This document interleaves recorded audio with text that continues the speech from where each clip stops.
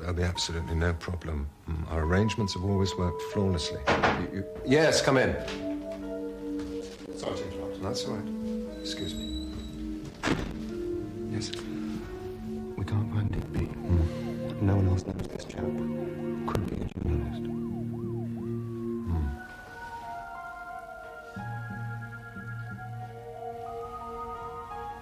Better get rid of him. I'm so sorry. I assure you there'll be absolutely no problem. You have my personal guarantee on this. Good evening. Our studio discussion tonight features the back. I never work these blasted things. Adam, how do I find record? I don't know, I never use it. Snob. Quick, it's starting! Hurry. It's, I was told that this was a civilized place. It is, Mr. Seaton, for those who behave in a civilized manner. Just tell him where you want to go, will you? King's Cross. Then stop at a post box, please.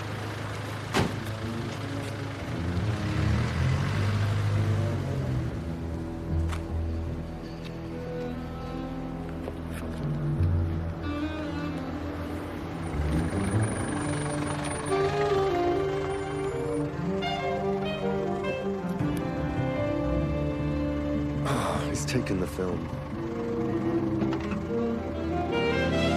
Talent finds its own level. Yes, but what I'm trying to show in my novel is that the comfortable assumptions, usually by male actors, that the whole cast is one big happy family, masks an enormous amount of exploitation, even repression. God, of which the does he victims have to look most so often are smug? women. I think he looks very distinguished, don't you, Sylvia? Oliver always looks distinguished. What must be remembered is that actors are at least as paranoid as actresses, or women actors, as Miss Bratling prefers to call them, in an age when employment of any kind is precarious in the extreme. It is style and skill that get one recognition, not the sort of preferential treatment Miss Bratling seems to be demanding. And one is bound Would you like to your say poetry to be that publicly style and shredded? skill are not the Well, I wouldn't appear on a programme like this. immediately spring to mind when considering her tiresomely naive heroine.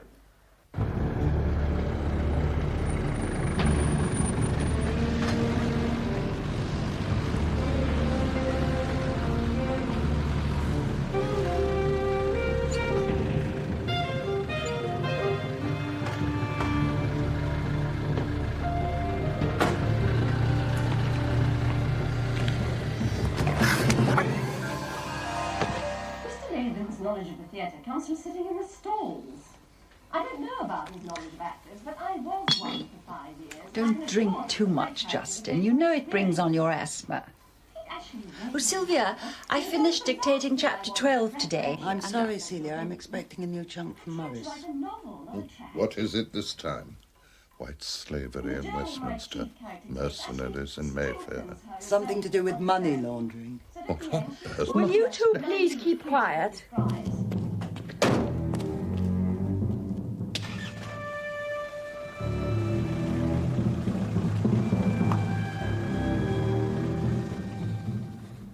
The trenchant views of theatre critic Oliver Latham.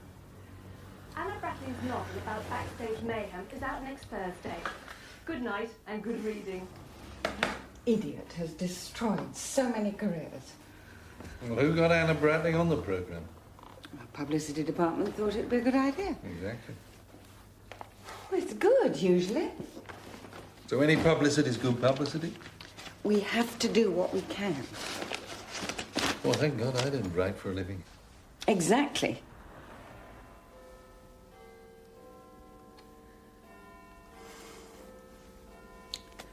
I must go home. Why? I promised to call New York. Phone from here. It might be a long call.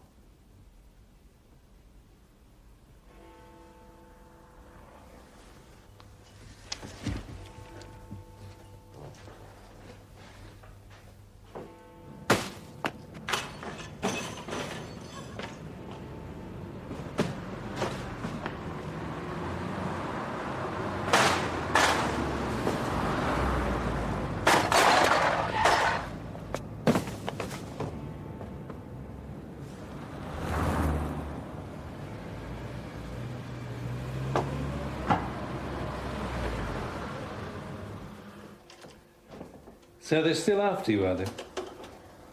Yes.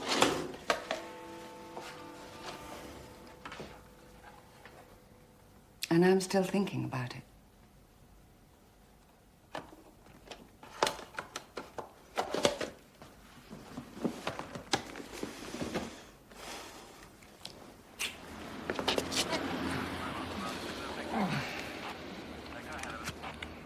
Digby Seaton? Uh-huh. Redundancy pay. I've been fired.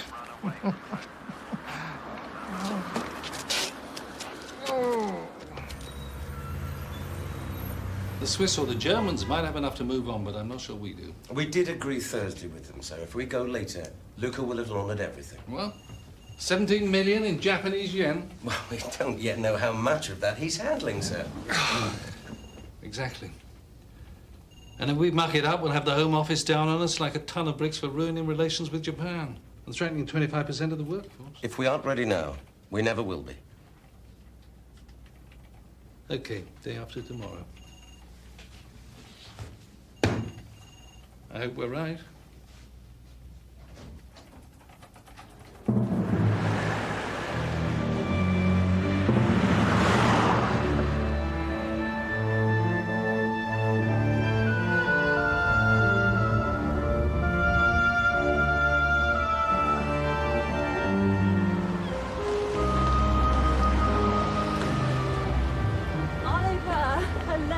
Watched you last night. I had Justin and Sylvia over. Oh, my God, what a waste of time.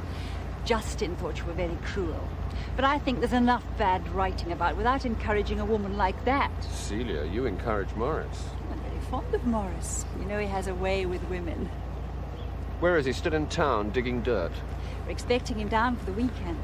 Oh, my God.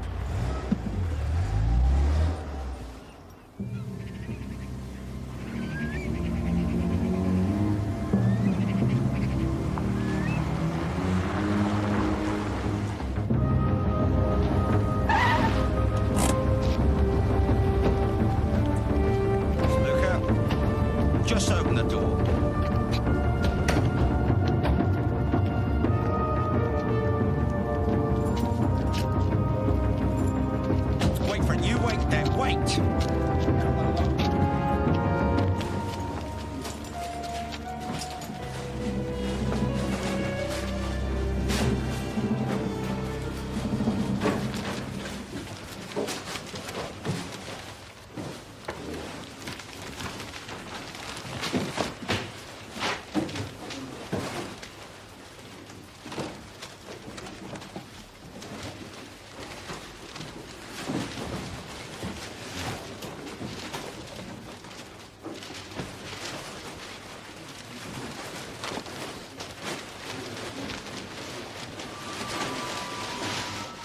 God. Oh, dear, what's that? Formaldehyde. So what the hell is all this about? I don't know. I've absolutely no idea.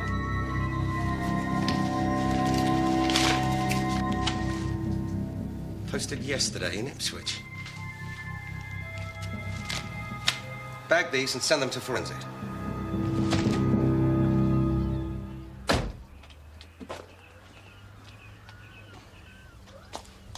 Oh, hello, Sylvia. He works you even harder when he's away, doesn't he? I don't mind. Oh, does this mean that you've finished all he sent you? Because if so, perhaps you could make a start on the typing I left on Tuesday. I've still plenty to do for Morris. And anyway, he should be home soon.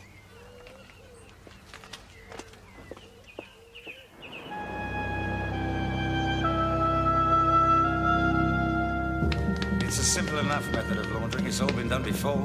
Yes, well, we'll need the couriers if we're going to make it stick. What about those hands? Anything yet? I haven't got very far yet. No rings. The finger pops were burned away. Posted in Ipswich? Yeah. Can't get a decent print.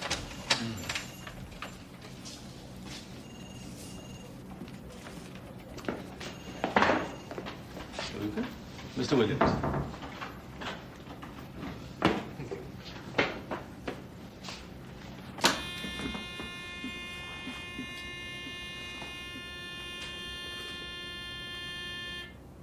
Interview with Mr. L.J. Luca, Thursday, August the 6th at 11:20 a.m. in the presence of his lawyer, Mr. R.T. Williams. Interviewing officers, Commander Dalgleish and Superintendent Maitland. You do not have to say anything unless you wish to do so, but what you say may be given in evidence.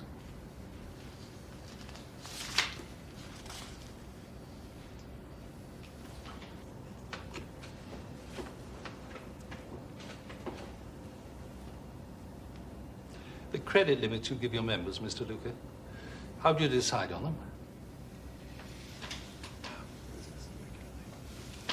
It's a personal decision. I see. You know them all personally, then? Well, I know their credit ratings, yes, of course. Otherwise, I'd go out of business, you see. Tell me, what about this Mr. Kagawa? He describes himself as a commercial traveller. I mean, is it usual to give a commercial traveller a credit rating of £50,000? Especially one who only took out a temporary membership last Monday. Now, Mr. Kagawa was recommended to me personally by people that I know and I trust. His credentials were impeccable. Oh, I see. You know who he's employed by? Frankly, I'm more interested in my clients' ability to pay their debts. Other aspects of their lives, they're irrelevant as far as I'm concerned. Even if they're employed by known criminals? Commander. Some of my most distinguished guests, who include, as I'm sure you're aware, members of the cabinet, have kept, or in fact keep, dubious company. It's not my business to go too deeply into such matters. And you're perfectly happy to handle money that may be illegally acquired? Do you have evidence? Your books show no checks from Mr. Kagawa.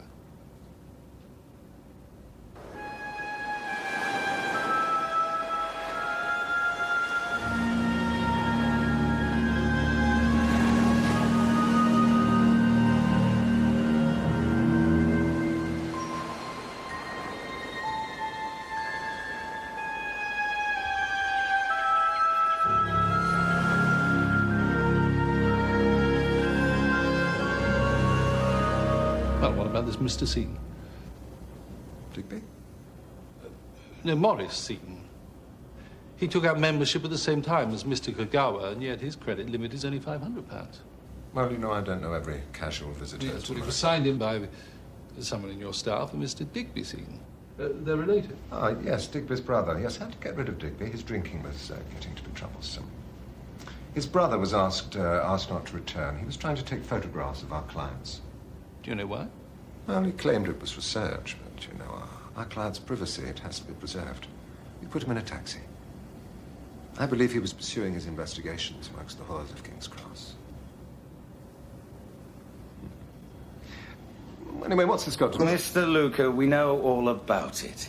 Your club is filled with couriers acting as players who get credit limits well above normal. They deliberately lose and pay you in illegally exported yen. Really? Look, I know nothing about it. And I suppose you know nothing about those? Oh, no, I don't. Do you know who sent them to? No, I don't. A what? No. An informer? Somebody with a bad debt? Or were they perhaps meant to frighten you? A contract? Hey, do I have to put up with this crap?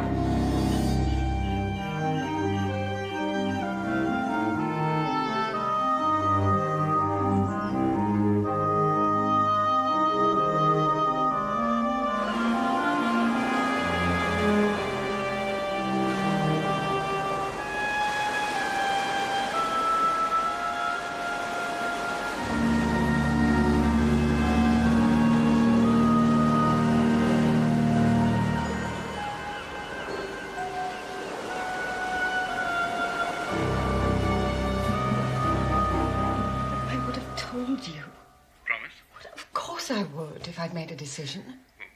Why are you taking so long? I mean, what's the problem? You don't seem to want to talk about it. Of course I want to talk about it. Oh, well, how about tonight, then? Why didn't you come round the flat? Oh, I can't. Not tonight. It's impossible. You should see my desk. The weekend, then? Have you got the time? Look, I'll make the time. Okay. Fine, if you can manage it.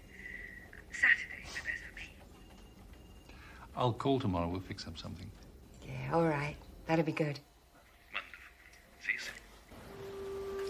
Oh, there you are. Well, you haven't been jogging, have you, Justin? It's terribly bad for you. I've just seen telephone the police. What are you talking about? A boat with what looked like a body. I had an idea like that. I gave it to Morris as the start of a book. The corpse without hands lay in the bottom of a small sailing dinghy floating just within sight of the Suffolk coast.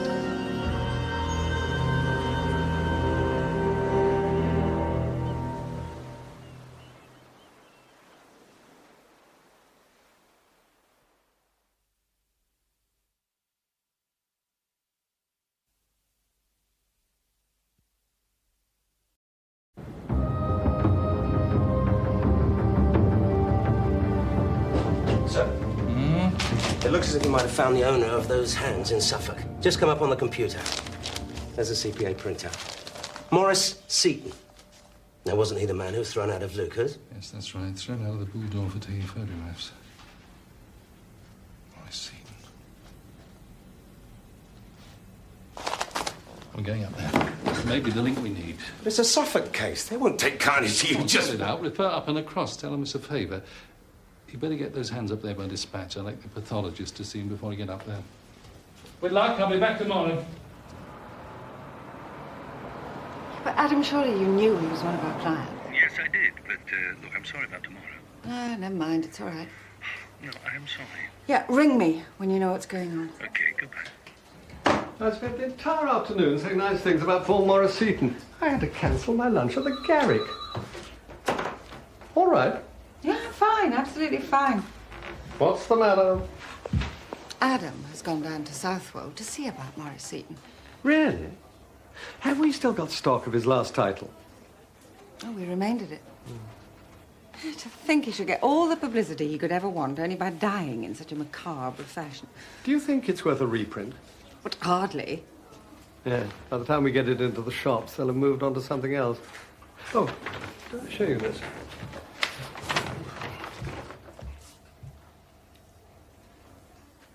So Seaton wanted to endow a literary prize. Yes, he was proposing to give an enormous sum of money. Wouldn't have left much for his heirs. Yeah, perhaps you're right.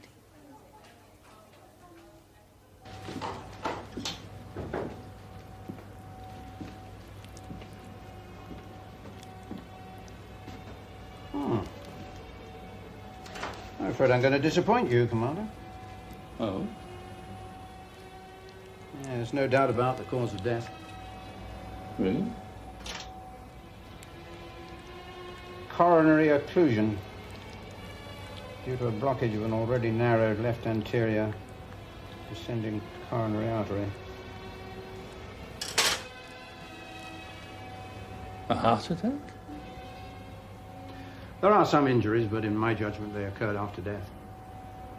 Probably getting him in or out of the boat or banging his head when he collapsed. It looks to me as if he just keeled over some hours after his last meal. What about the hands? Oh, they probably belong to the body.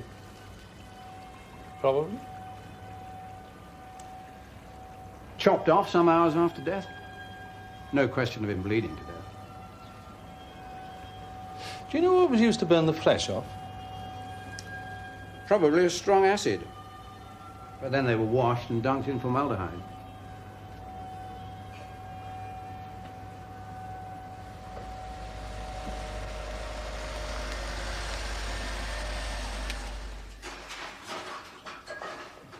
It's hard to believe that someone like Luca could launder £17 million, but apparently he can.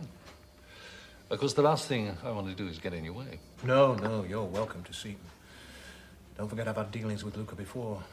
Bastard turned round and accused me of fabricating evidence. The chief's delighted to let you take charge. Inspector Reckless, Commander Dalglish. Commander? How do you do? Jerry knows Seaton's neck of the woods like the back of his hand. Leave you to it then. Let me know how you get on. Thank you.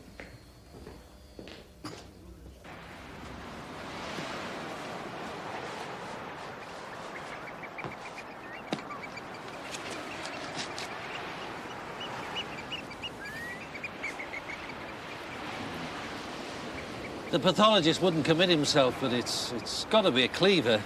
Axe of some sort. Yeah, something fairly blunt. How long has Seaton lived up here? About 20 years. He had a lot of incomers then when prices were cheap. Literary types, mostly. Would you say he was part of the community? Well, you know how it is. Only takes a quarter of a century before you're accepted around here. If you are. Well, it's a bit late now. We'll take statements in the morning. Do you want me to set up an incident room? Well, it's not necessary, is it? Well, you haven't come all this way for natural causes, have you? They'll want to show off their hardware, won't they? Seeing as how it's the yard. I was told to be civil to you. Yeah, I have been so far. Well, that only takes about 10 years.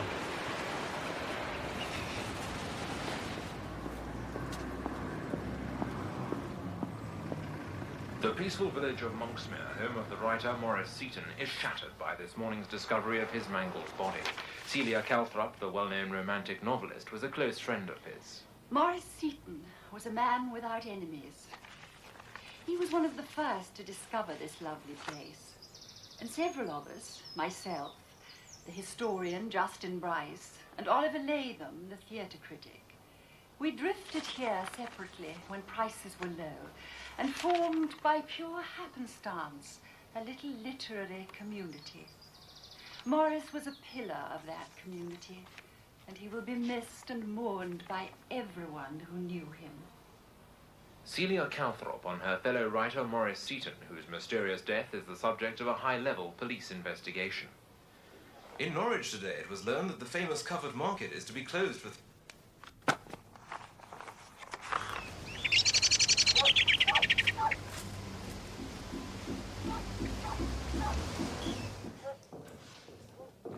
Sir Seaton's secretary, Sylvia Cage. Been with him for years. Ever since the accident. She claimed she was driving Maurice Seaton, but the investigating officer thought it was the other way about. Wouldn't press charges, though. When was this? It was 6-7 years ago. Right, well, we want statements from everyone who knew him. Did he have any enemies? Did they notice anything or anyone suspicious? That sort of thing. Oh, and I want everything you've got on Oliver Latham. Find out if he's still up here. If he's not, I'll see him in London when we get back. Right. Let's go and see Miss Cage.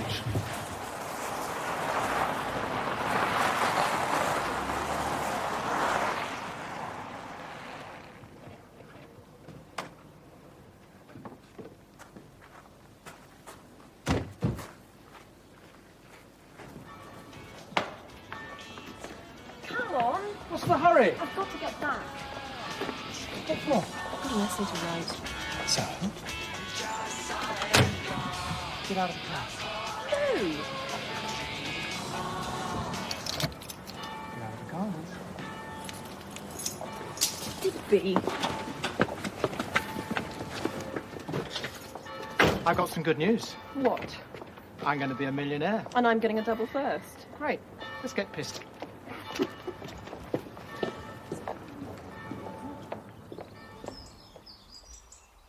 When did Mr. Seaton's notes arrive? Thursday. 3 days after he died.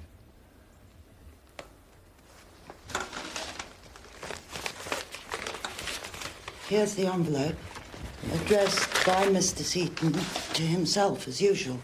It also contained a roll of film, which I sent to be developed. It won't be back before Monday, I'm afraid. Do you have a receipt, Miss Kidge? I'm afraid not. It's a specialist firm near St. Albans which handles film for miniature cameras, and I simply popped it in the post to them. Why didn't he address this to you? I'm merely his secretary. Was. I was very happy working for Mr. Seaton, Commander. If I hadn't been, I would have hardly carried on after my accident, would I? Are you sure Mr. Seaton typed these? Well, it looks exactly like his old portable. He was so old-fashioned somehow.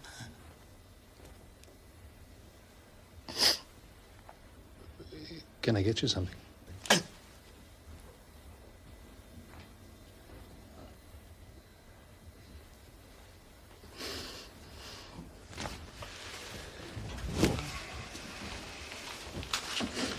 There's a detailed description of an Opus Club and a handless corpse.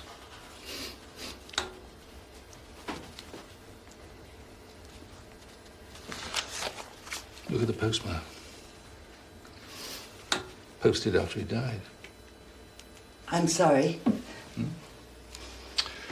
Miss Kidge, these descriptions. Mr. Seaton always sent home a copy of his background notes in case they got lost.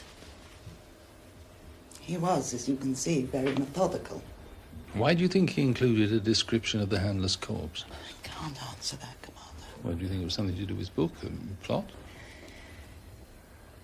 All I can tell you is that the idea came from Celia Calthrop. I remember typing it out. Why he should have included it in these notes, I can't imagine.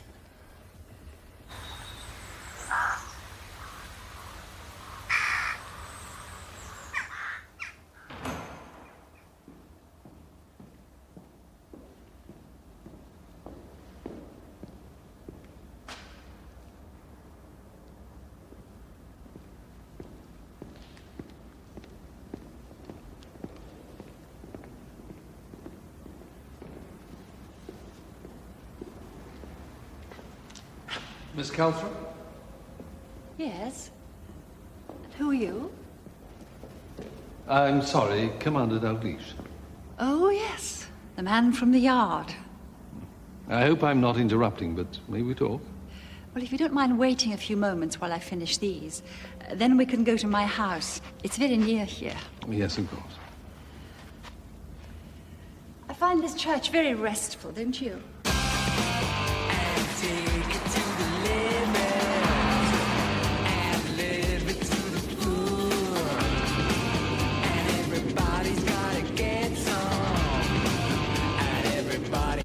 One thing you have to say about Morris, he was punctilious when it came to research.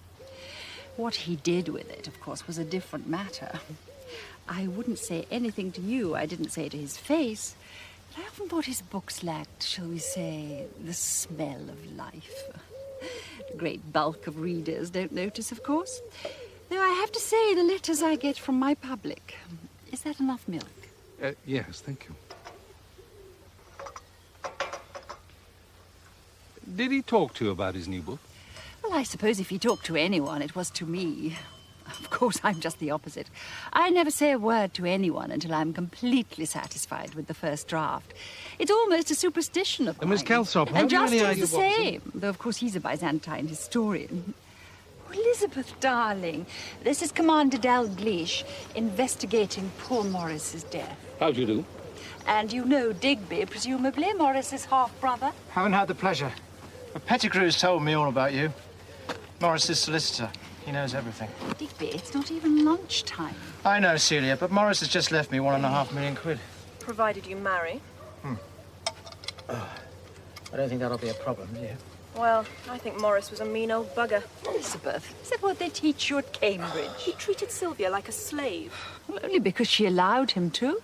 I often spoke to her about it. Quite right, Celia. Sylvia let herself be treated like a doormat. Gave me the creeps. And Morris broke her back. Since she was driving the car, dear. You know she only said that to save Morris, and all he leaves her is a couple of grand. How do you know? Ask Digby. Oh, you're all right. He's left you 10. And guess who gets the rest? Unless he fails to find someone foolish enough to marry him. In which case, Aunt Celia, it all goes to you.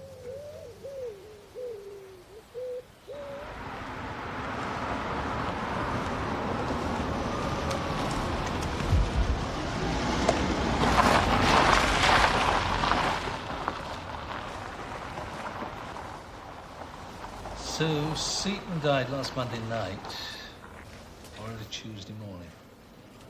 How do you work that out? No, he was last seen in London at around 11 o'clock by Luca. The pathologists reckon he died a few hours after his last meal, which means he was brought up here on the Tuesday. Why? Well, his hands were posted from Ipswich and turned up at the Bulldor next Thursday. Oh, I meant, why bother to bring him all the way here? Could it be your friend, Luca? I wonder if I might trouble the person in charge. Oliver Latham, I have a cottage here. Yes, Mr. Latham, I was going to come and talk to you. I'm Madame Dalgleish, this is Inspector... I understand you're engaged in the grisly business of sifting through the clues and alibis, and unfortunately I have to go to Ipswich to lecture the local drama circle. So, as a friend, or former friend of the deceased, I thought I would volunteer whatever information you might require. Thank you. You were at the Bulldor the night he died. What? I don't see Did you often go there? Among others, why? Did you know that Mr. Seaton was there? Well, if he'd seen me coming, he would have left at once. I'm sorry, I have no idea of his movements. I was doing something for the telly. Which, as it happens, I saw. Oh, what did you think? One hates doing these things, but one's cleaning lady enjoys them. When did the so- programme end, Mr. Latham? Around 11, and then there were a few drinks, and, Not, I imagine, with the woman writer you criticised. Oh, certainly, and she thanked me. Writers these days know how to manipulate publicity to their own advantage, Mr. Dalgleish, far from horsewhipping the hostile critic, as Morris wanted to do when I reviewed his play. I didn't know he wrote plays. Oh, yes, one, if you can call it that, about Dorothy, their marriage, her suicide. He never spoke to me afterwards. Despite Celia Calthrop's best efforts, all I said was, Well, what did you say? well, all I said was that he should stick to writing thrillers and not regale the theatre-going public with the sordid details of his personal life. Sordid? Why'd you say that? Oscar Wilde warned us against washing our clean linen in public, and he was invariably correct. So, after this TV programme party, you went gambling? Yes, in order to relax and to meet a friend. Her name, sir? Well, thank you for that assumption, Inspector. My father gave me one useful piece of advice. He said, never go to bed with a woman if either of you would be embarrassed to admit it the following morning. I'll have to check with her first. I will need her name, sir, regardless of her feelings, if we are to verify your alibi. My alibi? Dorothy Seaton was beautiful. I'll show you in a minute. I've got a photograph through there. I hope you don't mind pins. Frightfully old-fashioned, I know. But at least we can pretend all this fruit is doing us good. Now, come along in, sit down and make yourself comfortable. Though we haven't got all day, it's Drinky's later at Celia's. Tell me about Mrs. Seaton. Well, Oliver was her lover. One of them. I suppose being in the theatre, he was used to dealing with manic depressives. Poor Dorothy could cast a pall of gloom over any occasion. Sometimes I almost felt sorry for Morris. Almost. It hadn't been for Geoffrey. That's one of Sylvia's portraits. Morris was so beastly to the poor boy that he refused to come and stay here anymore. Wanted me to sell up and go and live with him at Brighton. I've been here for years. I wasn't going to let a vindictive old scribbler like Morris Seton drive me out. Why'd you say vindictive? Oh, he was as famous for that as he was for his claustrophobia. He'd never come into a place like this. Ceilings are far too low. Mind you, suffering from asthma myself. Why'd you call him vindictive, Dr. Bryce? Well, look what he did to Dorothy. She went off to Le Touquet while he was in London researching one of his boring books.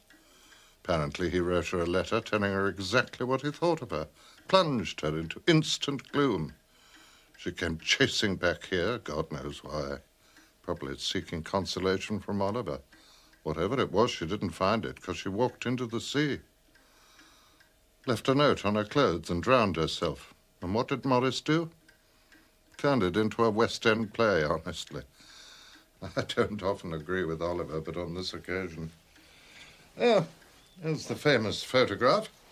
I took it. Sylvia developed and printed it. She's got her own darkroom, you know, somewhere in her hovel. The lovely Dorothy, Morris, and Sylvia, looking as sour as ever. Of course, this was one of poor Morris's favourites. Yes, I always knew he had a taste for the garish. Oliver, you mustn't speak ill of the dead. I think he's getting at you, Aunt Celia. Who would ever contemplate such a thing? Justin! Where have you been? I've been recovering from the 3rd degree, my dear, but I wouldn't let that stop me attending Morris's wake. He's not even buried yet. Why don't you go and get yourself a drink? Let me go. Elizabeth. I think that this is how Morris would like to have been remembered by his friends. Hymns on the lawn on an English summer evening. Come off it, Celia. You were the only one who could stand him. I'm getting Justin a drink. Can I get one for anyone else? I'll come and help you. Digby, we were just discussing what best to do with Seton House. There's nothing to discuss. I'm not going to live there. I wouldn't be seen dead in the place. Can't wait to get rid of it. Don't you agree that would be unwise, Elizabeth? Yes. What's wrong with the house, Digby? I hate the place. Always have. Wouldn't it be the perfect place to bring your blushing bride? I shall sell it as soon as I can. Sell it? But we've never discussed... Why should I discuss it with you? I think perhaps I'll leave you two to sort this one out. Digby, please don't be beastly. We've got so much to talk about. You may have been running Morris's life for years, but you're not going to run mine. But you're his official heir. Exactly. What's that supposed to mean? That what I say goes, all right? No, Digby, it's not all right. This is absurd. You're behaving like a spoiled brat. I shall behave exactly as I please. And the sooner you learn to live with that, the better.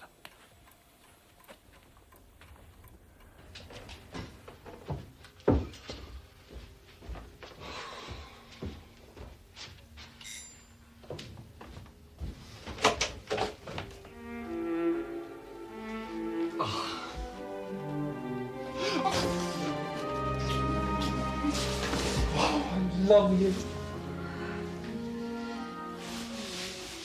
Well, Max gave me a letter that Morris Seton gave him a few weeks ago. Thought it might be important. And I thought it might be quite nice to see you.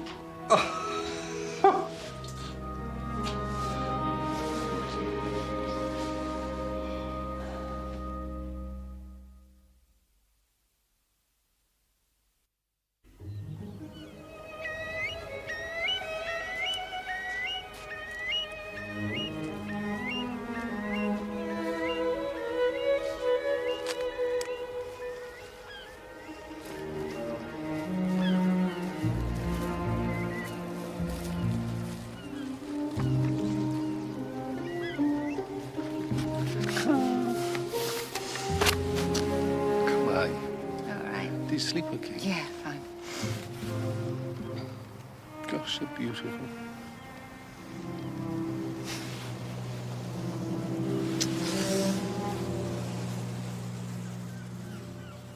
You know that letter you brought yesterday? You know, the one from Seton to Max? It was dated last month. Can you recall any earlier conversation about the award? No, I'm sure there weren't any. I only heard about it a couple of days ago, and all I know is that when Morris thought up the literary prize idea, Max was going to administer it. Did Seaton know how Max felt about his work? You know writers. They believe what they want to believe, make the rest up. Let me ask you something.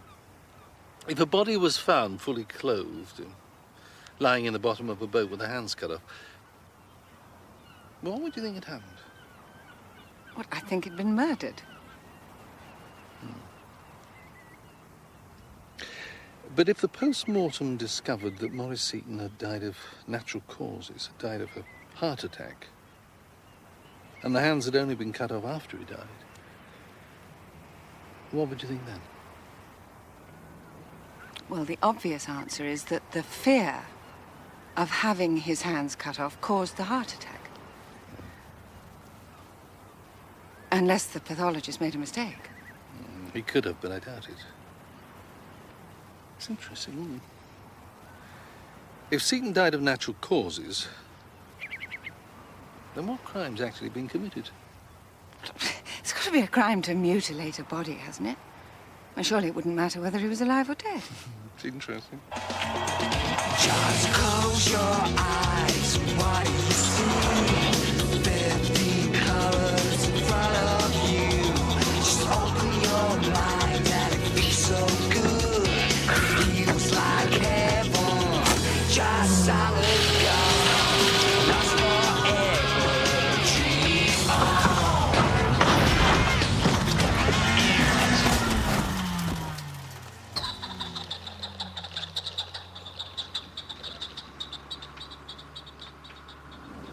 Do you think Digby Seaton knew about the letter? No. He couldn't have known his brother intended to change his will. Why not? Well, if his solicitor had no idea.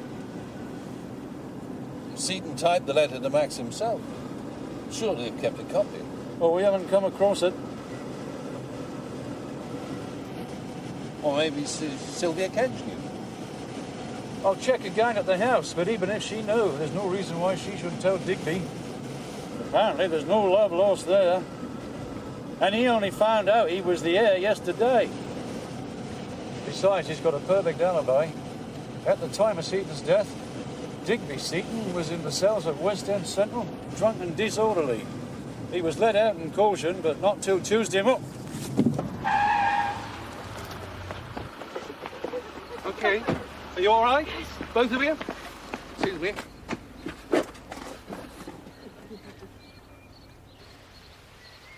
Miss Calthrop? Oh, Commander. I'm afraid I have some very serious news. Shall we go inside? Once she regains consciousness, we'll be able to tell more easily. And the X-rays show a minor fracture. And the question is, who will want to hurt her? Well, everyone loves Elizabeth. It looks as though the brakes were deliberately tampered with.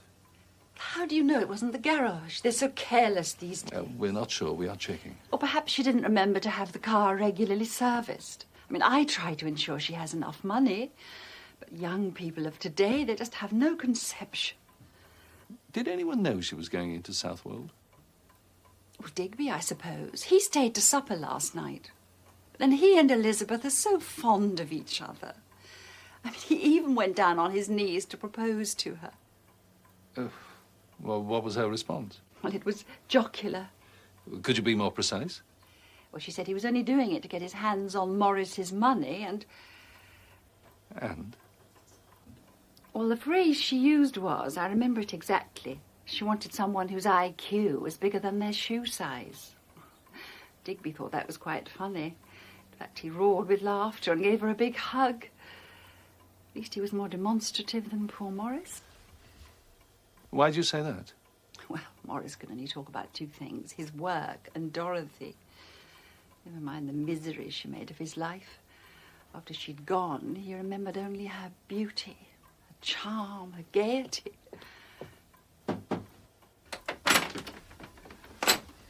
Excuse me, sir.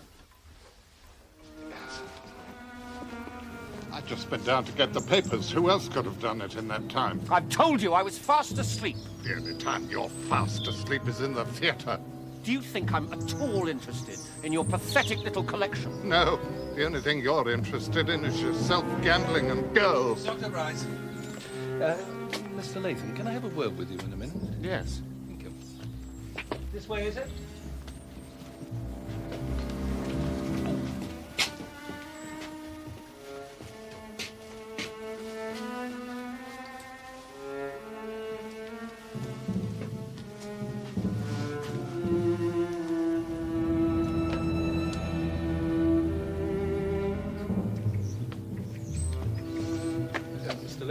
I'm sick to death of that boring fat toad accusing me every time something goes wrong in his pathetic little life. Well, you checked your alibi out. There's still a few questions I need to ask you. He should have set up home in Brighton with that scrawny chorus boy he found so attractive. Even he tired of his bleating. Now all he does is just sit there, sipping cheap gin, writing historical tracts which nobody reads. I want forensic at Dr. Bryce as soon as you can. Thank you.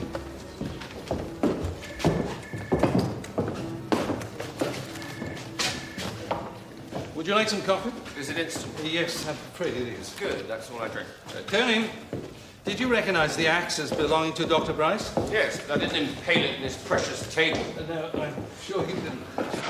Any more than I used it to cut off Morris's hands. Tell me about the £19,000 that was transferred to your account over a period of 8 months. Payments transferred from the personal account of Dorothy Seaton. I don't know what you're talking about. Mr. Latham, your finances have been checked all the way back to your Oxford days. Do you know there's hardly been a week when you were not in debt?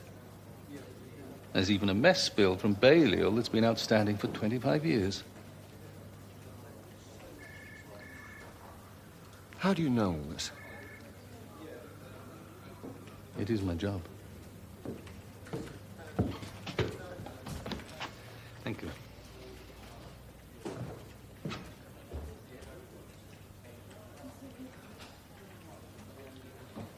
Tell me about Dorothy Seaton. Why did she pay you such large amounts? She loved me. She used to visit me out of loneliness, for comfort. Living with Morris was like living in a refrigerator, she always said. Perpetually cold and with no light. I see. Of course, she was unstable, but I never dreamed she'd take her own life.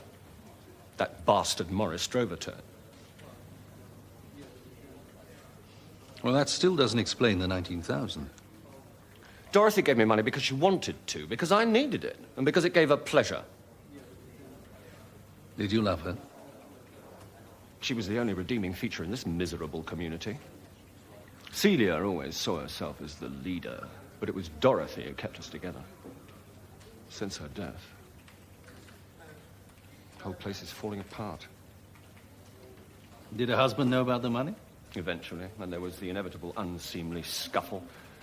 Dorothy helped me out when I ran into debt and never asked to be repaid. Money was of no importance to her. She was rich. She was happy to spend it. According to our investigations, bankruptcy proceedings have been started against you. Yet your declared expenditure never seems to exceed your income. How is it that you got into such financial troubles? That is none of your business. People who get into this sort of debt do so usually for two reasons. Either they're being blackmailed, or they're financing a habit which they can't afford. I'm not going to say any more. If you wish to charge me or whatever, please do so. Otherwise, I'm going. Mr. Latham, you're free to leave whenever you like.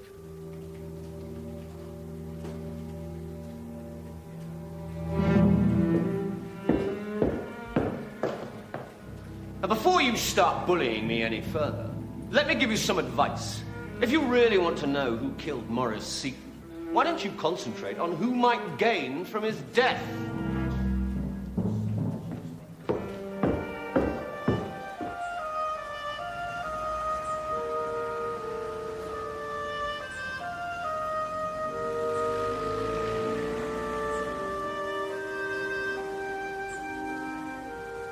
Well, it was Dr. Bryce's axe. He may be vicious on the subject of Maurice Seaton, but I can't see him chopping off his hands. It sounds like a red herring to me. Some bugger's trying to make a fool of us. Well, Dr. Bryce and Oliver Latham certainly loathe each other. You think Latham used the axe? It's possible. Is Digby Seaton in there? You won't get much out of him. He's about as much use as a fart in a windsock. Oh! Mr. Breen was wondering how you're doing with Luca in London.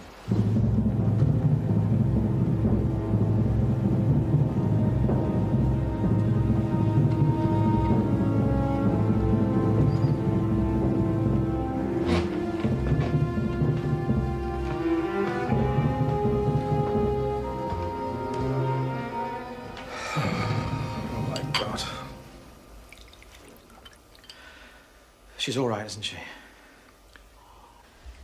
Yes, she is. All this interrogation. Fingerprinting. Anyone think we were serial killers? It's hardly an interrogation. You volunteered a statement. You had no objection to being fingerprinted. Now, you said you had no idea that your brother intended changing his will. I told you. We weren't even close. Well, close enough to put him in touch with Mr. Luca. Morris asked me. It was the least I could do, after he bailed me out once or twice. Talk about getting blood from a stone. My God, the lectures he gave me on reforming my entire character. Did his request surprise you? Everything about Morris surprised me. How could such a nondescript man marry such a beauty? How could a man with the soul of a civil servant write in such gory detail about murder? And how could such crap sell so many copies? Why do you think he chose the Bulldog? Supposedly the best. And I worked there. I did until the bastard fired me. Well, why was that? I asked for a share of the money I was making. I was a shill, you know, playing shammy for the club. Excuse me, Sylvia doesn't come in on Sundays. Hello? No. No. Look, not now.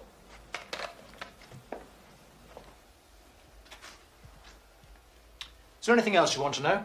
Only I've got an appointment in Southwold. You knew Miss Marley was going in there this morning. Did I? Well, according to her aunt, you talked about it last night at dinner.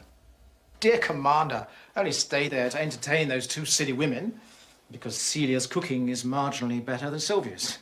We talked all sorts of nonsense. If Liz said she was going to Southwold to shop, do you really think it's the sort of riveting information I'd retain after a night of cheap plonk? Do you remember asking her to marry you? That was a joke. I don't mean Celia took it seriously. You were turned down. Not for the first time. Liz made a joke of it too. Of course, by the terms of your brother's will, you wouldn't inherit unless you marry. You don't need to worry about me. I'm sorry.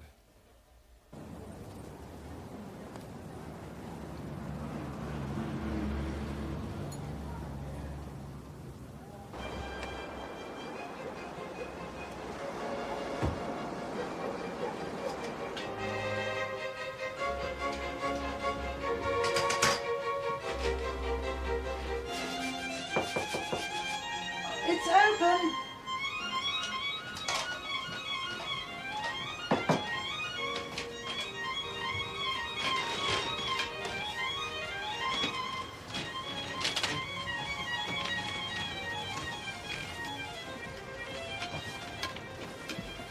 Morning, Commander. What can I do for you? Well, maybe you can help us, Miss Kedge. I have one or two questions. Oh, excuse me. Oh, my wife, she's gone out. She's taken our key. I wonder, would you mind letting me into my room? Is that all right? Well, I think it'd be all right. Thank you very much. It's the suite.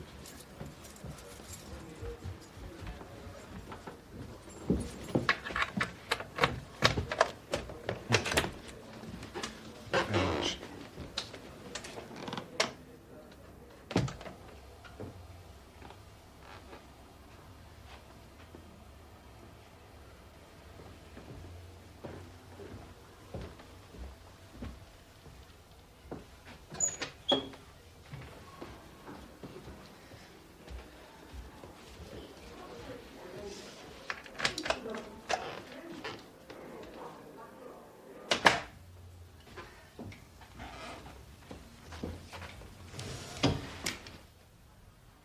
I didn't know you were back.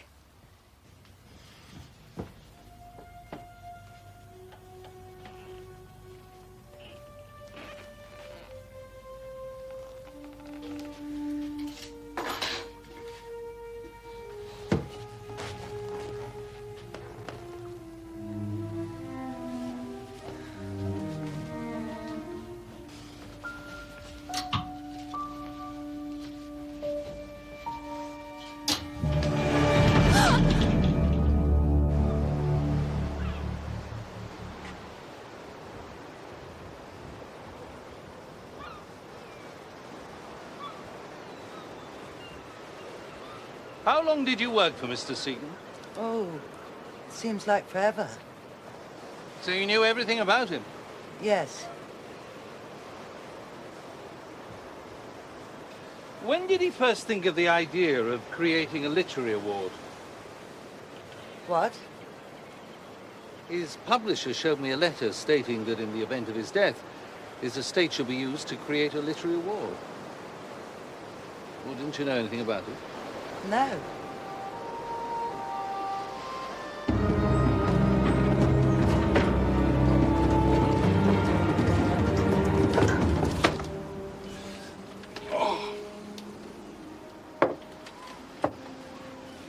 So you never saw this letter about creating a literary fund? I did everything for Mr. Seaton, and it's the first I've heard of it. If he'd wanted to have kept it a secret... From me? Why should he? I stood neither to gain nor lose. No, I meant from Digby. Mr. Seaton knew he could trust me with anything confidential. If he did intend to cut poor Digby out, I'm sure he would have told me about it. His brother must have been surprised to have inherited the lion's share. Mr. Seaton cared deeply about his family. Digby was his only living relative, his only hope of keeping the family name going. Until he thought of the prize. And I'm sure he intended to tell me about it. It's Digby's good luck, really, isn't it?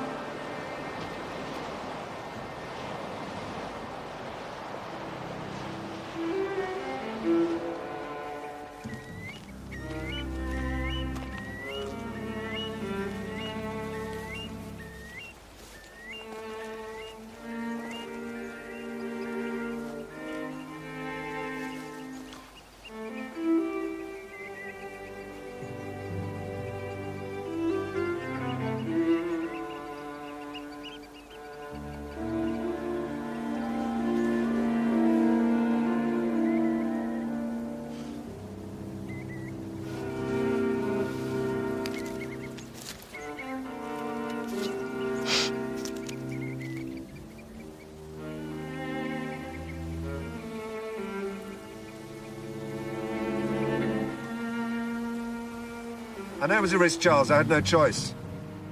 Yes, I think our friends will hold their fire if I can personally guarantee this. Have the police got them? No, the police don't have them in Ipswich. They've got to be in Maurice Seaton's place somewhere. How about Digby? Yes, I'm seeing Digby. I shall persuade him. Never fear. Well, all I'm saying is just one possible method, that's all. Why not just knock them on the head? Well, if they wanted it to look like a heart attack, natural causes. I still don't see why they bothered to drive them all the way down here. Well, we'll know more when we're sure of the means. Let's say the body was carried down this path and put in the boat there. Just really chop off the hands and set it adrift and get rid of the vehicle. You don't think they just carried the body in the boot? Here we are. 7 vans registered as being abandoned. Well, none of them are much good because of the timescale. But this one, van abandoned in Ipswich. London plates. Last known owner, Mr. Driscoll of Cardiff. Take a look. We might get lucky. And let's have this area of the marsh by the village dragged.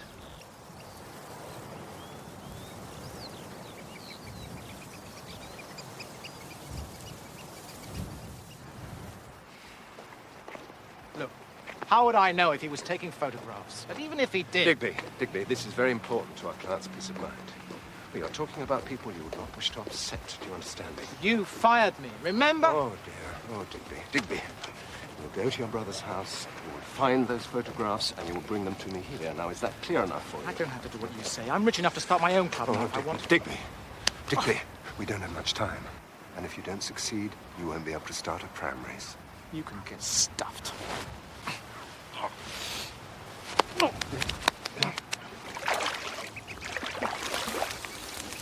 push it up from the bottom, Andy?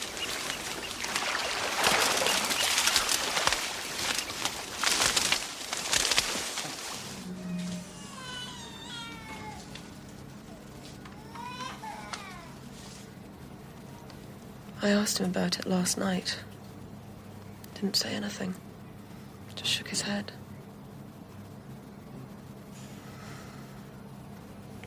And you're absolutely sure it was Digby? Positive. I'd spent Monday in London with a friend. You won't tell Aunt Celia. No.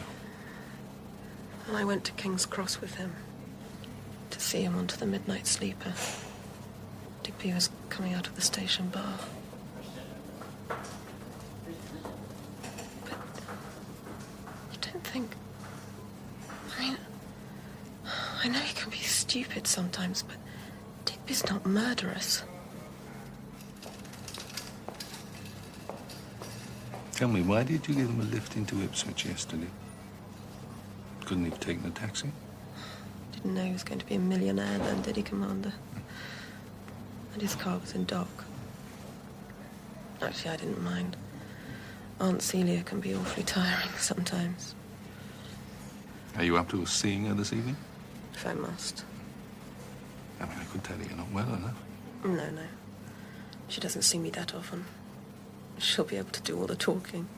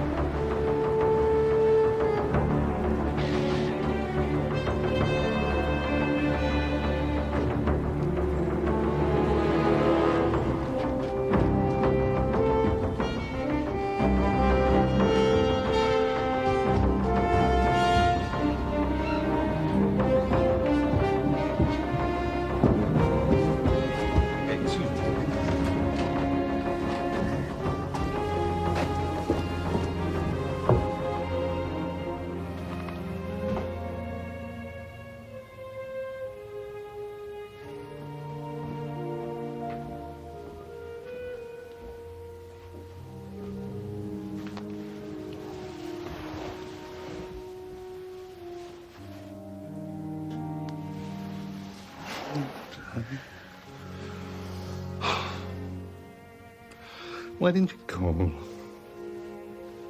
I've only just heard. Are you all right? Oh, I'm all right. My bloody proofs. It's going to take me hours. Does this happen often? No.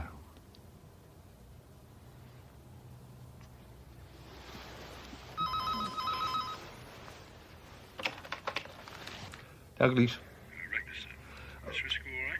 Yes, she is, thank you. It's right, miss. Picked up a fridge in the sluice. Holes punched in it. What? You want to see it? Oh, well, I can't, can I? You know what the situation is. We'll get it to forensic. I could pick you up and take you to Ipswich. Oh, God. Well, hang on a minute, will you? Go on. I'm a big girl. Don't worry. I need you to come and get me. The stupid taxis won't take me. So? I'm feeling terrible. I've done all I'm going to do for you. You're on your own now. What do you mean? You've got to, Sylvia. You owe me. I owe you nothing. Yes, you do. No, Digby. If you don't come and get me, that's it. The end. Everything. Understand? Bitch!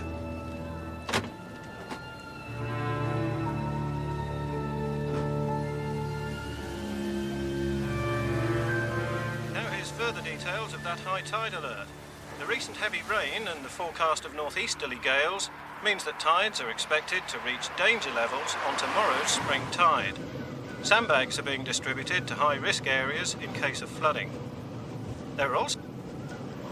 Must have been somebody who knew you was there. Or someone taking a chance.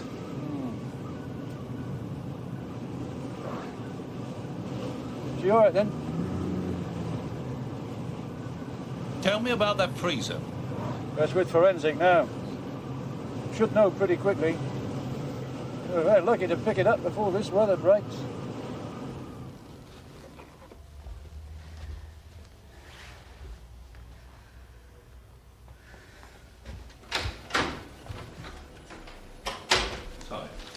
These are only preliminary findings, but apparently the threads found in the freezer match those of Morris Seaton's shirt. Well, what about the blood samples? The same. And on the axe. You were right about the van, too. There had been an attempt to clean it, but we found 2 good prints on the door sill. Digby Seaton's. Right, let's pick him up.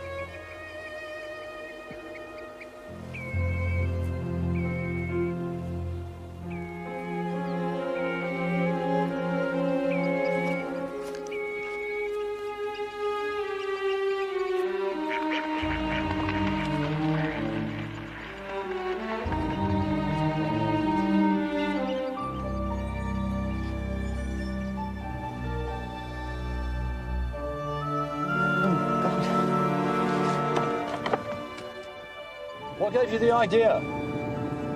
I've no idea. Dr. Bryce, I suppose. Morris Seaton was claustrophobic. Dr. Bryce, Celia Calthrop both mentioned it. How would you kill a man who had a weak heart and make it look natural? Put him in a box, make his worst fears come true. Give it air holes so he doesn't suffocate, just die of fright. Which gives Digby Seaton time to have himself taken into custody. Provide the perfect alibi. He wasn't there. But why remove the hands? I don't know. But for Morris Seaton, the ordeal must have been terrifying. Judging by the amount of blood, he probably tore his hands to pieces trying to get out. Douglas!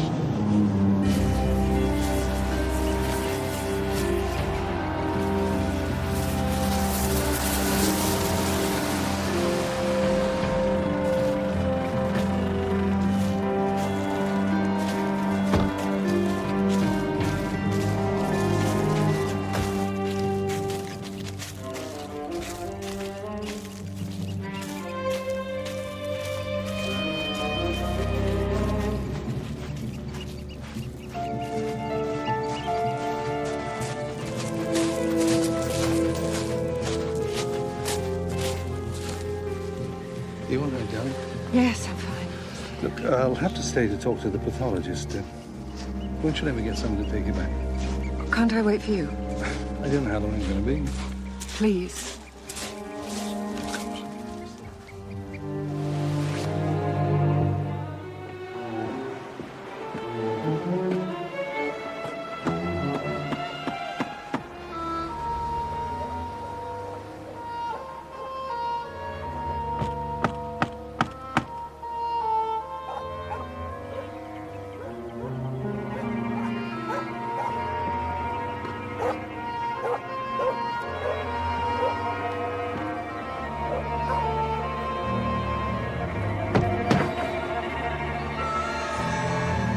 how long's he been dead? Only about 2 hours. When can I have first findings? Well, it's obviously poison. I'll try and do the PM first thing if I can. By 10? Yeah, should be right.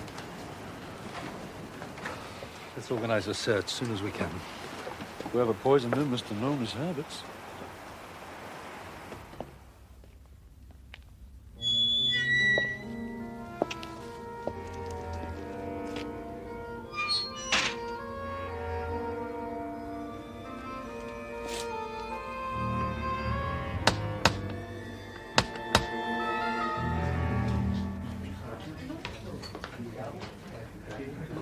It's ironic that just as we discovered that Digby killed his brother, he turns him dead. Mind you, it does pose the question of... You okay?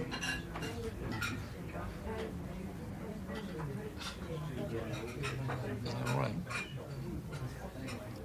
Oh, I'm sorry. Such a waste. Would you like something else? No. No, thank you. I'm not hungry. Do you want to leave?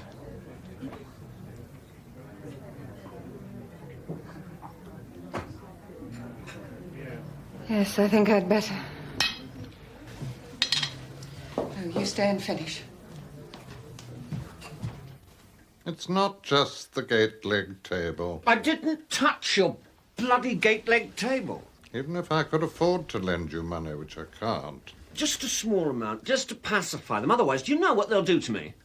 Fortunately, I don't share your expensive passions. Why don't you sell your car? How would I get about? Ordinary mortals manage. You thought of asking Digby? He's just come into a fortune. I can't find him. Or Sylvia. I wouldn't have thought Sylvia could afford to lend anything to anybody.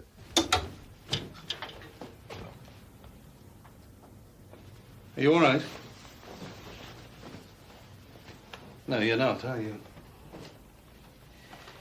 For years, I thought I was the problem. But I'm not, am I? Well, looked at objectively... I want to be subjective. I'm in the middle of an inquiry. You're always in the middle of an inquiry. Oh, come off it. When you're putting together an important deal, you never take time off for My personal emotional problems. problems? No, I said personal. I can't put myself into compartments the way you do. If a problem comes up that demands a solution, I don't put it aside until work's over. I try to recognize what's urgent and give it my attention. I can do more than 2 things at once. Everyone can. Well, not necessarily well. That doesn't matter. It's making the attempt that counts. Oh, I suppose everybody thinks they can change the person they love. Depends on whether they want to be changed.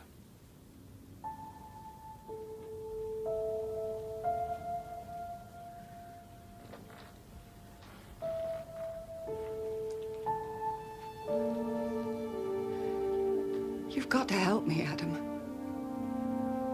New York means nothing to me. Either you commit yourself or... Why do you think I came up here? I can't sit about waiting forever. You've got to make a decision. You either want me or you don't.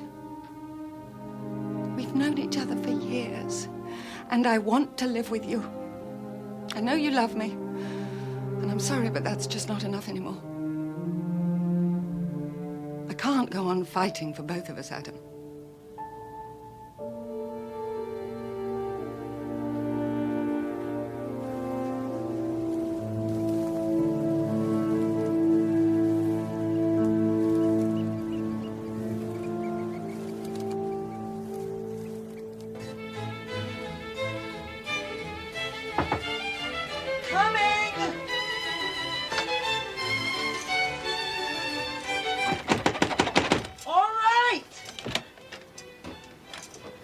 Yes? I inspect your reckless, ma'am. I wonder if I might have a word. Can I come in? Yes.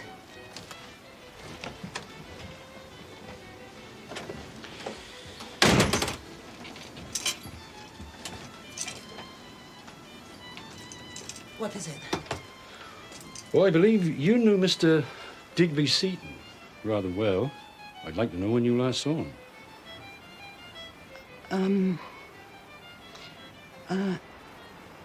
I can't remember. Why? We're just trying to establish his movements over the last 24 hours. Why? What's happened? Well, I'm afraid he's dead, ma'am. I'm sorry to say, we think there's been murders.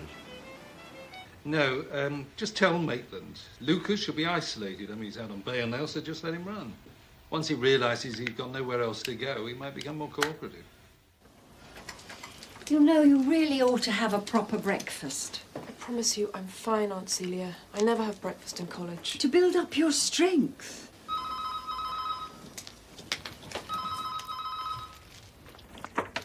Hello? Oh, hello, Sylvia. What? What do you mean? What? Yes, I have Elizabeth here with me. Shall I speak to her? No, I'll tell her. No, you tell them. I suppose so. All right, bye. Goodbye. What's happened? Poor dear girl. What is it, Aunt Celia?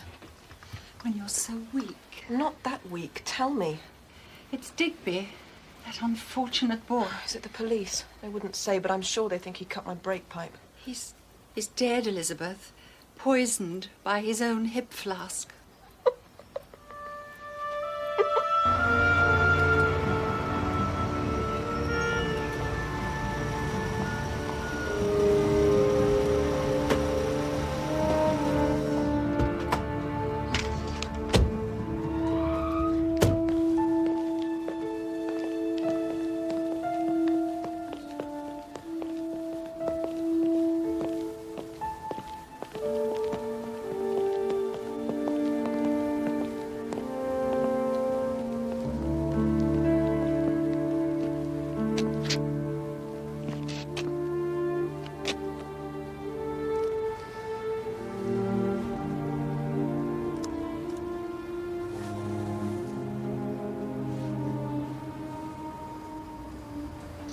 When do you think you'll be back?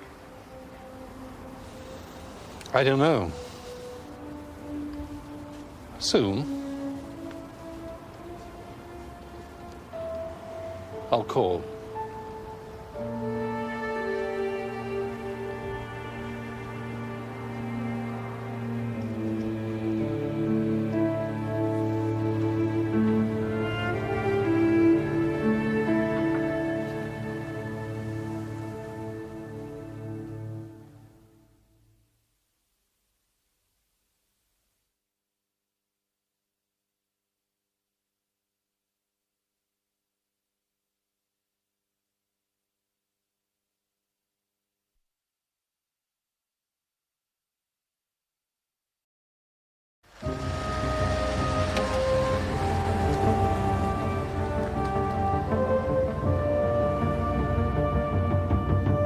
Both of the Seatons were murdered, there's no doubt about that. You still think they're connected? Yes, I believe so. To Luca? Yes, I think Maurice Seaton was lured to King's Cross by his brother. He was knocked on the head and shoved into a deep freeze where he died. On what evidence? Not that I doubt you're right, you understand, but since you are presenting the case. Well, Maurice went to King's Cross from the Bull Door. Digby was seen there by two people just before midnight. His prints were on the van that was stolen in London and dumped in Ipswich. And on the axe? No, that was wiped clean. So, Digby put the freezer in the van and drove it from London. On the Tuesday, having been released from West End Central, where he established his alibi for the time of death. I still don't understand why he didn't just leave the body in King's Cross. Nor do I. Any more than I understand his motive. Had an old super who used to say it's one of four things: love, lust, loathing, or Luca. When it comes to families, I go for money every time. I thought we were dealing with one killer. Well, in a sense, I still think we are.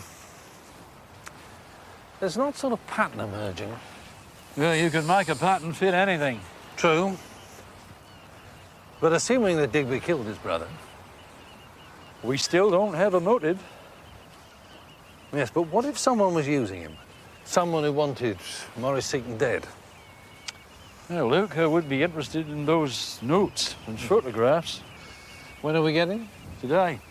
Of course, if it isn't Luca, it's got to be someone from here. Someone from Moxman. But why bring the body up here? Why cut the hands off? I have to, Max. There's no real choice. There's always a choice. Oh, Max, let's cut the crap. I love New York. You're not going to give me all that nonsense about the buzz. New York and London are virtually identical. Bankrupt, violent, full of rubbish, potholes and unfortunates. The writers, Max. Europe's the place to be, if you believe that old curse of living in exciting times. Can you think of a single English author who could name more than 2 European writers, let alone read them? Adam. Whenever I think I'm getting near him, he seems to retreat. Yes, but could you live with him for the rest of your life? Given the chance.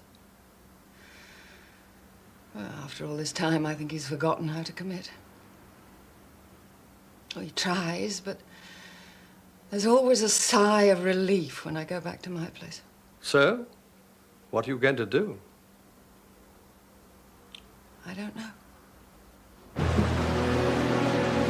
And now, attention all shipping. The Meteorological Office has just issued the following gale warning at 1417 BST. Tyne and Dogger, northeasterly, gale force 8, imminent. Humber, Thames and Dover, northeasterly, severe gale force 9, increasing to storm force 10, imminent. And that is the end of the gale warning.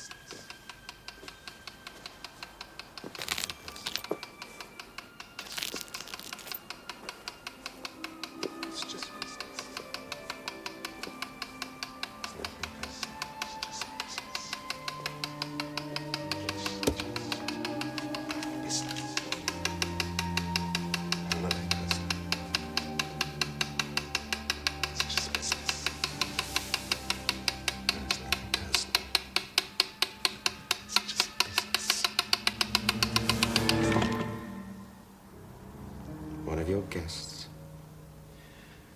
What are you doing here, filth? Piss off!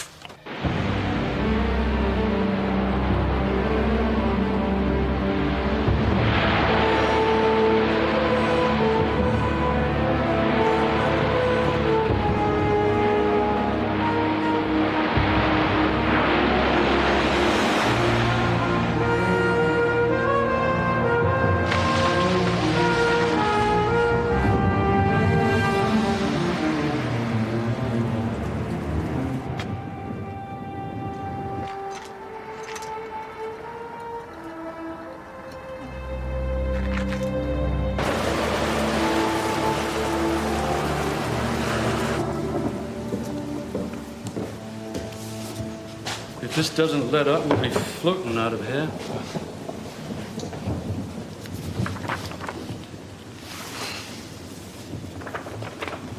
At least these help us with Luca. But if he wanted to kill Digby, I don't think he'd have used poison. So it's closer to home. It's Oliver. What? I think he's dead. He's lying on his floor in the dark. I noticed the window of his car was open. I tried to shut it, but the door was locked. I went up to tell him.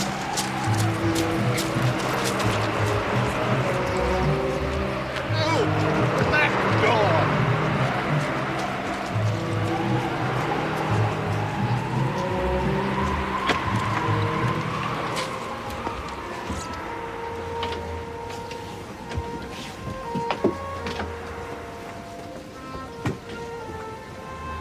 Is he all right?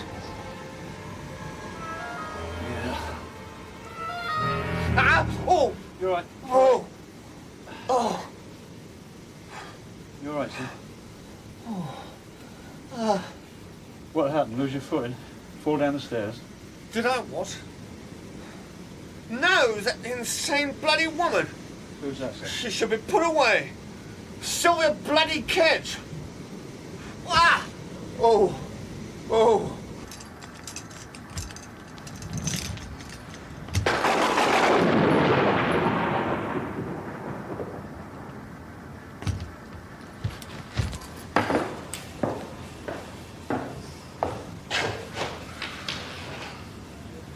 I saw Digby on the beach last Tuesday. And when you discovered Morris's body, I put two and two together. Why didn't you tell us? You told Digby, though, didn't you? Yes, I did. Why? What were you hoping to gain from it? What are you talking about? Was it money? Were you hoping to blackmail him? How dare you? Mr. Latham, remember, we do know your financial situation. Have you any sugar? Mr. Latham, why do you think Sylvia Kedge attacked you? I don't think. I know. I arrived back in my car. She was on the doorstep, waiting. She looked agitated. I asked her in. I closed the door, and she attacked me. And why would she do that? Well, she was trying to cover her tracks, wasn't she? Cover her tracks? Well, Digby must have told her before he died that I'd seen him. Why would that affect her? There are times, Inspector, when you are extraordinarily dense. They were married 6 weeks ago. Sylvia Kedge married Digby Seaton? Yes. Digby? Digby. My God.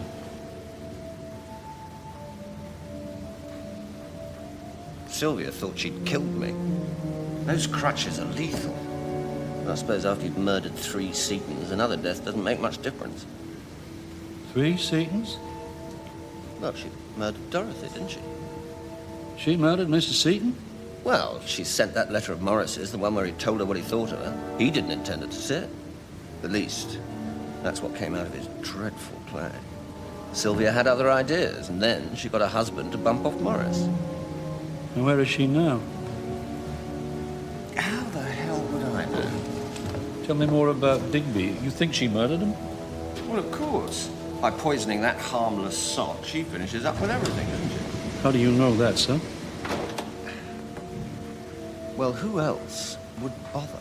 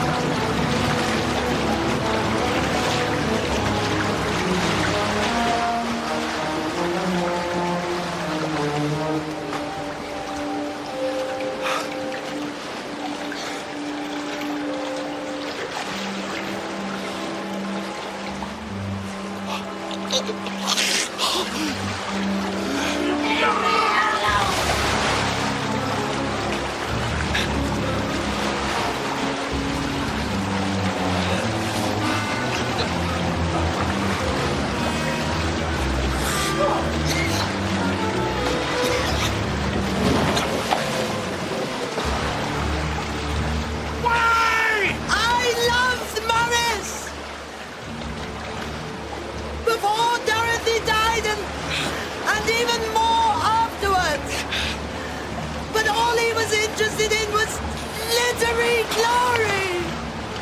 she wasn't good enough to get? Why do men never put love first?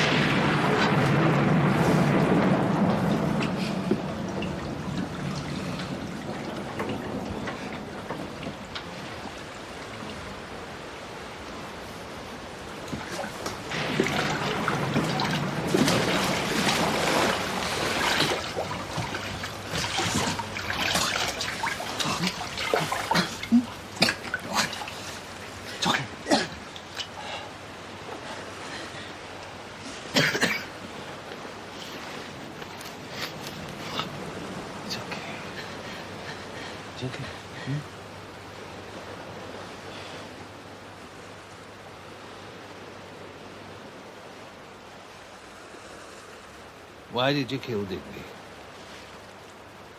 Didn't he stick to the bargain you made when you married him?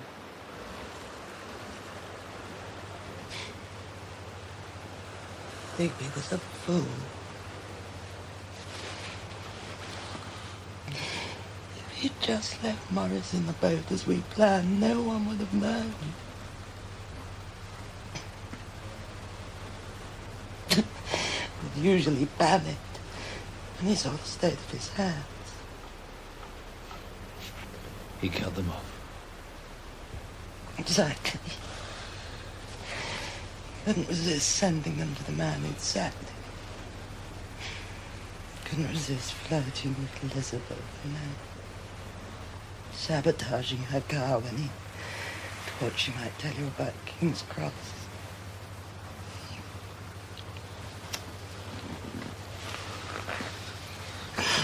Worst of all, he was foolish enough to treat me like Morris did. As if I had no feelings.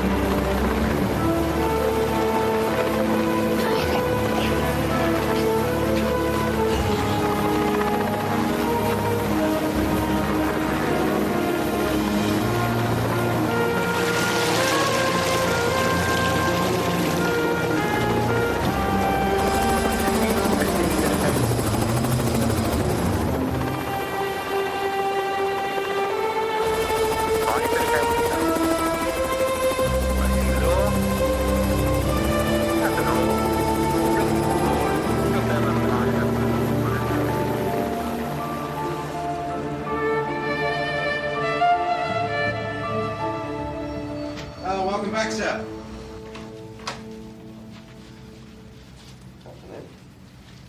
You met the Nationals again? Commissioner says well done. That weather must have been terrible. I told you not to go up there.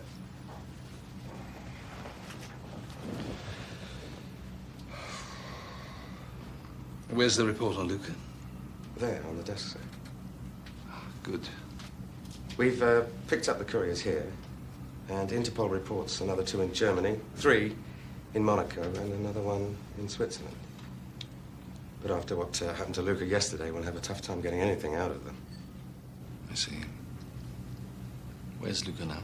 Paddington, safe cell. He can't be got at. Are there any messages? Yeah. Oh, from... That's it.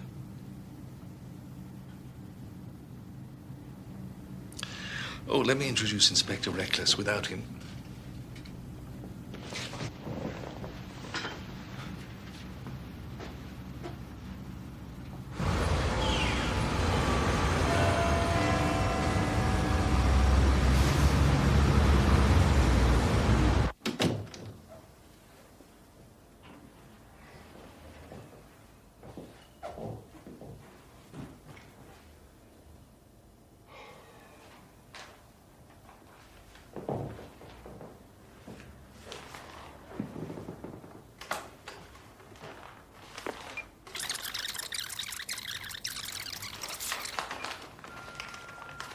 Hello, Commander. This is Jeff from the garage. I'm sending you a list of spares we've ordered for you. It's as we discussed, and the cost will be just the same. Delivery's about 2 weeks. If you've got any queries when you see it, give me a ring. Goodbye. Mr. Dalgleish, this is Mike Jevons. We've good news on your leasehold to freehold situation. Most of the problems have been resolved, and if you'd like to call us back, we'll explain further. I was hoping you'd be back. I don't like doing this over a machine. By the time you get this message, I'll be in New York. And there's no point in ringing Max, because I've told him not to give you my number. I'm sorry, darling. I just don't know what you want from me. I'll be in touch sometime. Bye.